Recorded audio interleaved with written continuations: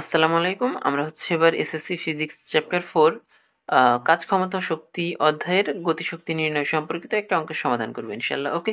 তো দেখো আমাদের এই অঙ্কে বলা হয়েছে কি 2 কেজি ভরের বস্তুকে 40 মিটার উপর থেকে ছেড়ে দেওয়া হলে আ ভূপৃষ্ঠকে স্পর্শ করার ঠিক পূর্ব মুহূর্তে এর গতিশক্তি নির্ণয় করো। ওকে?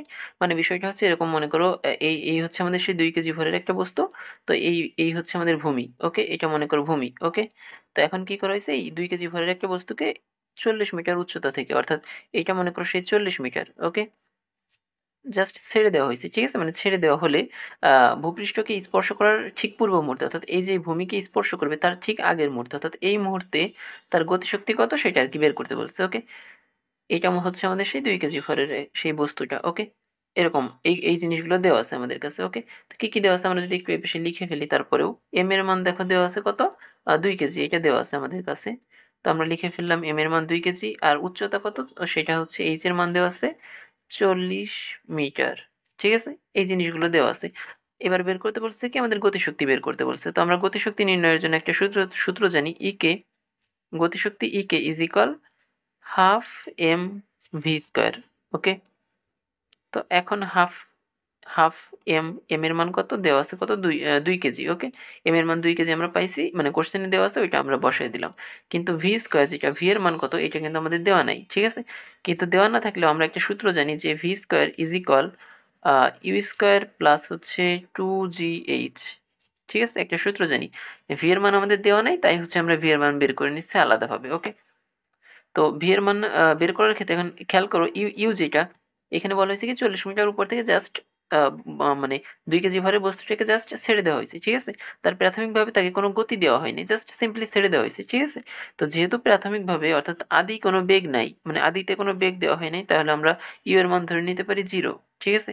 তো আমরা লিখতে পারি যে তাহলে অতএব V is equal root over হচ্ছে 2 জি এর মান কত?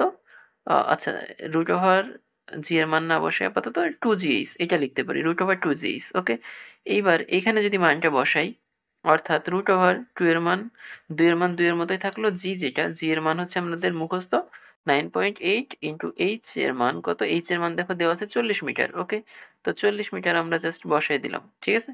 তো তোমরা যদি একটু ক্যালকুলেশন করো এটা, তাহলে তোমরা দেখতে পারবা যে এখানে অ্যান্সার আসে হচ্ছে আমাদের 28 মিটার পার সেকেন্ড, এটা আসে অ্যান্সার। ওকে? মানে এত মিটার পার সেকেন্ড, এটা হচ্ছে ভি এর মান। ওকে? তো এখন এই 28 যদি এখানে জাস্ট ভি এর মান এত পাইছি, কত পাইছি? 28 পাইছি। ওকে? তো এটা যদি জাস্ট আমরা এখানে বসায় দেই, ভি এর উপর স্কোয়ার ছিল, তাই হচ্ছে আমরা একবারে মানে এখানে স্কোয়ারটা বসায় দিলাম। ঠিক আছে? মানে 28 স্কোয়ার। ঠিক আছে?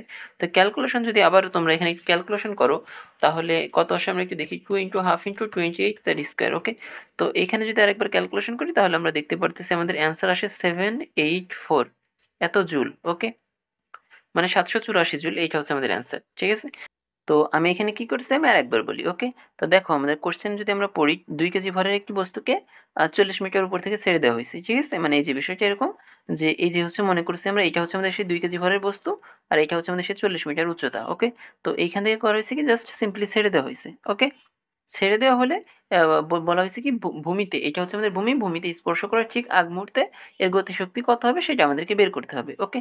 এখন আমরা কি দেওয়া আছে, 2 কেজি এম এর মান লিখছি, আর উচ্চতা কত 40 মিটার দেওয়া আছে সেটা আর কি লিখছি। ওকে? এখন গতিশক্তি বের করার জন্য আমরা জানি ইকে is equal half M V square সূত্র। ওকে?